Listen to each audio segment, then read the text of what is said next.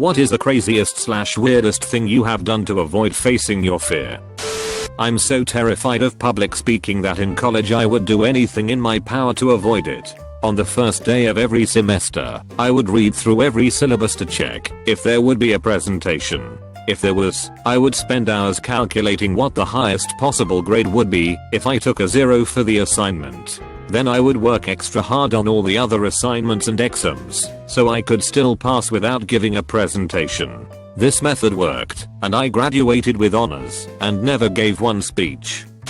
This was not voluntary, however it certainly forced my hand, so I think it still falls in the what have you done to avoid facing your fear category. I, like many others, am terribly afraid of public speaking, especially in school, when I have months to anticipate a presentation.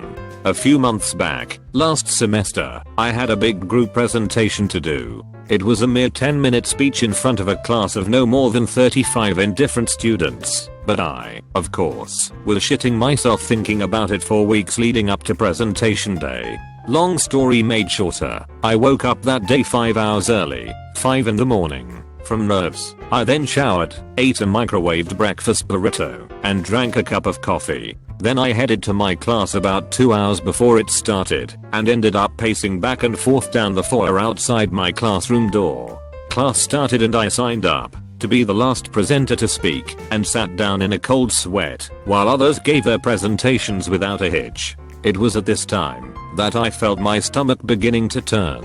I had felt pretty awful ever since that burrito and coffee, but I just chalked it up to nerves until now. My stomach was really rumbling. It felt like my insides were a bubbling crock pot. Before I knew it, my bowels had pushed out a small squeak of a fart. The silent but deadly variety escaped my sweaty cheeks like a thief in the night. I grasped my desk and prayed no one would notice. I thought the coast was clear when a girl sitting to my right looked over to me in disgust after smelling the putrid stench of my ass gas. As I reluctantly returned her gaze, with the stupidest of expression my face is capable of, an enormous trumpet burst of a fart shot out of my ass like a bat out of hell, followed up with a spittle of but grease that painted my underwear in brown. I was locked in eye contact with this girl for what felt like minutes, but was in retrospect mere seconds. Then the entire class erupted with laughter as I looked onto the astonished/bewildered faces of my colleagues. Needless to say, I then stood up and ran out of the classroom, never to return again. I almost dropped out of school entirely. As a toddler, I would always wake up in the middle of the night and see ghosts in the hallway. I have no idea what these were, but I still remember seeing these short, slender, opaque white figures moving around the hallway. Weird as hell. Anyway, I was freaked out.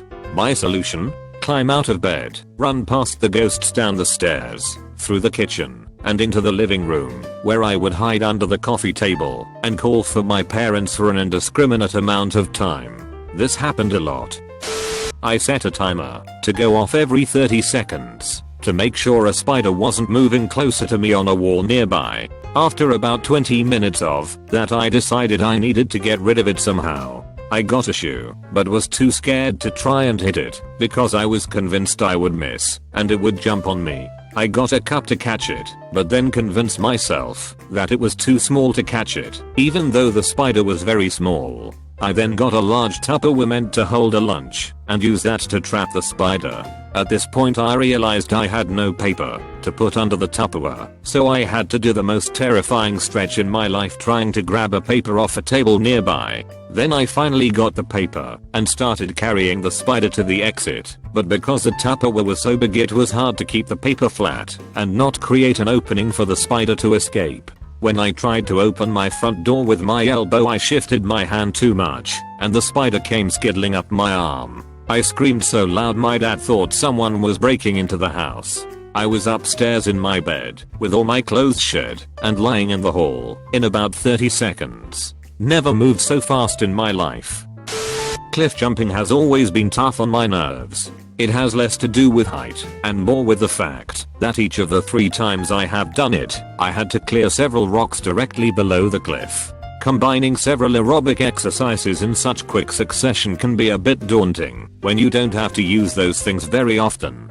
Anyways, the first time I went cliff jumping was when I was with 3 buddies from high school. We were doing a summer trip up through Oregon and Washington as a last hurrah before we went our separate ways in the fall after graduating.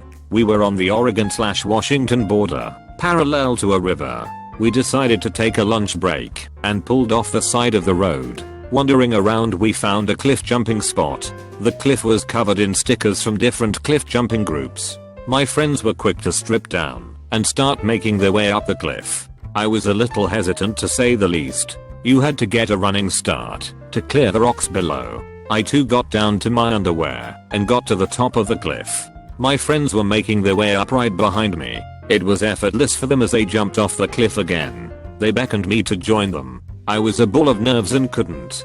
Being an odd group of 18-year-olds, they got an idea. They told me zombies were after me and the only way to live was to jump. They made their way back up and started pretending to be shuffling zombies. This surprisingly helped me ease my tension. They were trying to help as best they could. I pretended to shoot one with an air shotgun and pretended to be out of ammo. Friend fell to the ground, continuing to crawl after me. I took one look behind me and ran for it. I leapt from the cliff and screamed "Fuck!" Landed in the water perfectly fine. My friends and I were jumping off that cliff for about an hour. Was a great memory from that trip. Second time I went cliff jumping, I got a concussion. This sounds so stupid, but I'm genuinely horrified of the old school ventriloquist dolls. I blame Goosebumps. I started seeing a guy, and when I went to his house the first time he had one in his room. I ran and made him put it upstairs. He didn't realize this was a genuine phobia and thought I just found them creepy. So later on he started chasing me with the doll, and I was crying. His roomie realized that I was in full panic and got in the guy's face while I hyperventilated in the corner. He said he thought I was laughing instead of crying and spent forever apologizing to me while I took shots of whiskey to calm the fuck down. I developed a crush on I.E. Became romantically attracted to someone I was already in love with. I.E. Someone I cared about deeply and unconditionally. I was scared to death that she'd reinterpret everything she knew about our relationship based on this new information and become defensive/closed off until ultimately trust eroded and the friendship ended. She'd done nothing to deserve this distrust on my behalf. She's really the most amazingly kind-hearted person I've ever met. It's just that I have anxiety. I confided in our mutual best friend at the time. She said she could not in good conscience keep that secret. She said she talked to her about it in 2 weeks, and I had until then to get out ahead of it by asking her out myself. She helped me come up with what to say because I hadn't even given a thought to actually asking her out before then. My intended strategy was to ignore it until it went away. When it came down to it, I had the message and all I needed to do was copy, paste, send. I couldn't do it. It felt like putting a gun to my head and pulling the trigger. It didn't make matters much better that I knew she'd say something to the effect of no, she typically turns someone down, whether she actually wants to or not, because she also has anxiety. I couldn't do something that made me feel personally responsible, but I'm a programmer, so I abstracted it. I made a mechanism that I could not stop. The message string was obfuscated so that someone reading my source code would never see it unless they were fluent in hexadecimal encoded ACI. I had a virtual private server with a script that would send the message at a random time before start of business the following day and deleted my sole SSH key to log into the server. More specifically, it had a small chance of sending every second, so that there was a 99% chance it would have sent by morning. This absolved me of responsibility. The universe could still intervene, and by some miracle of statistics it might have been avoided. The only way to get a new SSH key was to contact a human at the company during business hours to verify my identity. Thus the script was guaranteed to execute before I could regain access. Of course, I cold reset my Facebook password to block the script. So I changed my Facebook password and the reset email's password both to something I didn't know and recorded it in 2 places, the script and a flash drive that I mailed to myself, also containing the SSH key to the VPS. Next, I wrote a script that would parse the response into a boolean yes or no based on the presence of apologetic words/phrases versus excited words/phrases. I tested the script with an innocuous message to a random friend, then set it up again with the live payload and executed.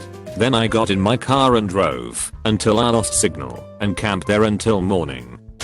I hate the dentist. I don't know where this fear, hatred, and loathing came from, but from a young age I hated it. The smell in the place. The instruments. Anyway, so I knew I had a dentist appointment, so 10-year-old me got out of bed at 5 AM, put on all the camo clothes I owned, Fassa paint, camo netting, the works, went out into the garden, and hid in a bush. Appointment was at 10 AM, so I thought, if I stayed there till midday I would have missed it, and no chance of being squeezed in late. Eventually people start shouting in the garden for me and looking around. My dad was about a foot from my face, but didn't see me. Went in at 12 o'clock crying. Mum asked me why the hell I hid in the garden. I said because we had a dentist at 10 AM. No love, that's tomorrow. FML. Bought a bladder buddy. I was in the army and drove around field officers as a lowly PFC. Had a urinary tract infection from drinking the tap water in Korea, and I guess so you used a condom catheter and clipped the bag to your leg. No one ever noticed it, but it felt weird having all that stuff in my uniform. Never once peed in it. Just having it there gave me an option if it ever felt like I was going to piss my pants. Helped calm me down a lot on our weekly drives to Seattle and Incheon Airport.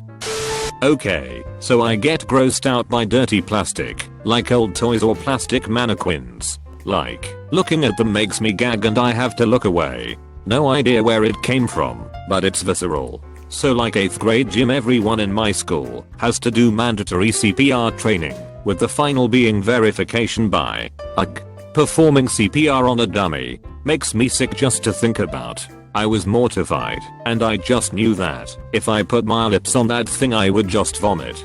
The day before the final I pulled my teacher aside and begged her to let me do it with anything else. I brought a stuffed monkey plush and said I would perform CPR on it, and bless her fucking eternal soul, she let me do it. I dodged a huge bullet and instead lay in a room alone with my teacher while she watched me give CPR to a plush monkey. Can't imagine how bizarre that moment must have been for her, but bless her for respecting my weird phobia. I realize that nobody gives a shit, but I'll post it for the sake of sharing. When I was a kid I watched every single movie with my parents. Whether it was Saw I to Final Destination. Tits out. Yeah, he'll be fine. People being ripped in half. Fuck it. Well, I became a very quiet 5-year-old and consumed all of this information that I learned. I deadbolted that shit into my brain. Well, one night in the old house we used to live in we watched The Grudge. Now being the 5th of May have been part of it, or it may have been the fucking noise that the girl made in the movie, but I wouldn't go near a fucking shadow in broad daylight. The darkness scared the shit out of me. My family thought I was the one with problems. Thanks mom, I loved that movie. Ever wondered why all the ultra bright 1000 watt handled light cannons were missing from Walmart? Yay, that was me. I slept with at least 3 night lights for 6 goddamn years, and brought at least 2 flashlights and spare batteries for them everywhere I went. At the 4th of July ceremony near Benjamin Banneker Elementary School, and there's some kid with a fucking spotlight attached to his back. Too bad. Somewhat claustrophobic. I took the train to school every day in London. Rush hour is hell on earth for me. I always got a newspaper and stood next to the door/window when going to school to try and take my mind of the clusterfuck of people around me. After school, most people who went home in same direction as me that I'm friends with went in the middle of the train. I always went to the very end of the train. At about 3:45 it ain't busy and the rear of said train is usually mostly empty.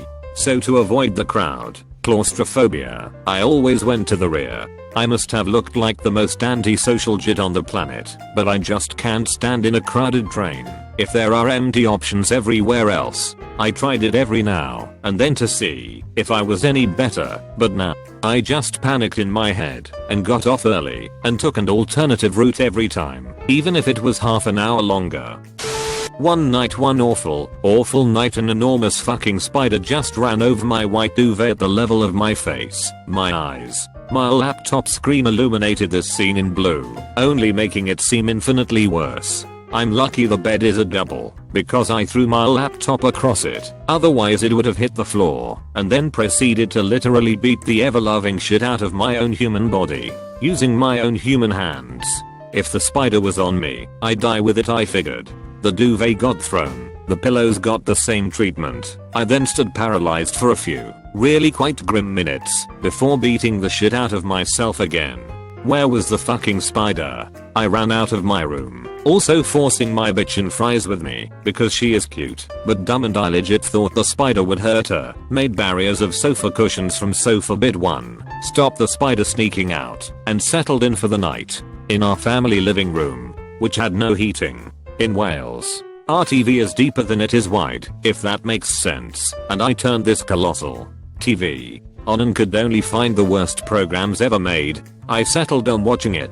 This was the best I could find, so this should really be showing how dire straits it was. That night was shit, even more so, because I kept doing spider patrols around the door, with Pippin, the dog, standing by me like some bizarre prison drama. Eventually Pippin left me, running upstairs. I did not return to my room for fully 3 days. I still look for that spider.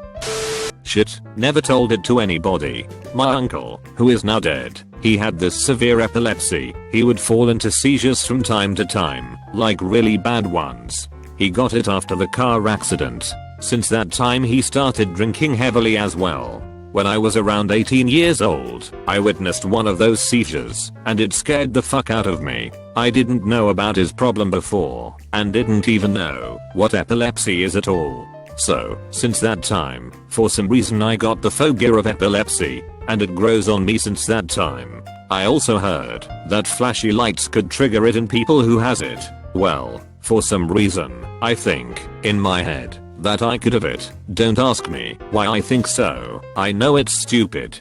And now, I would be afraid of any flashy light, even things like light shows at the clubs, and stuff like that. I get an anxiety every time I experience anything flashy, in the movies, in real life, etc. This is so ridiculous. Young kid, sleeping over at a friend's house. We went ding dong ditching people in our mutual neighborhood. Rang the bell at my violin teacher's house and hid in the bushes, and giggled like little girls.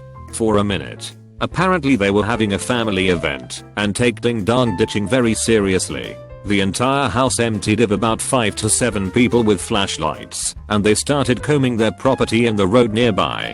My friend and I ran the opposite way of his house, knocked on a pastor's door, and pretended like my friend had sprained his ankle, and asked if he would give us a ride home.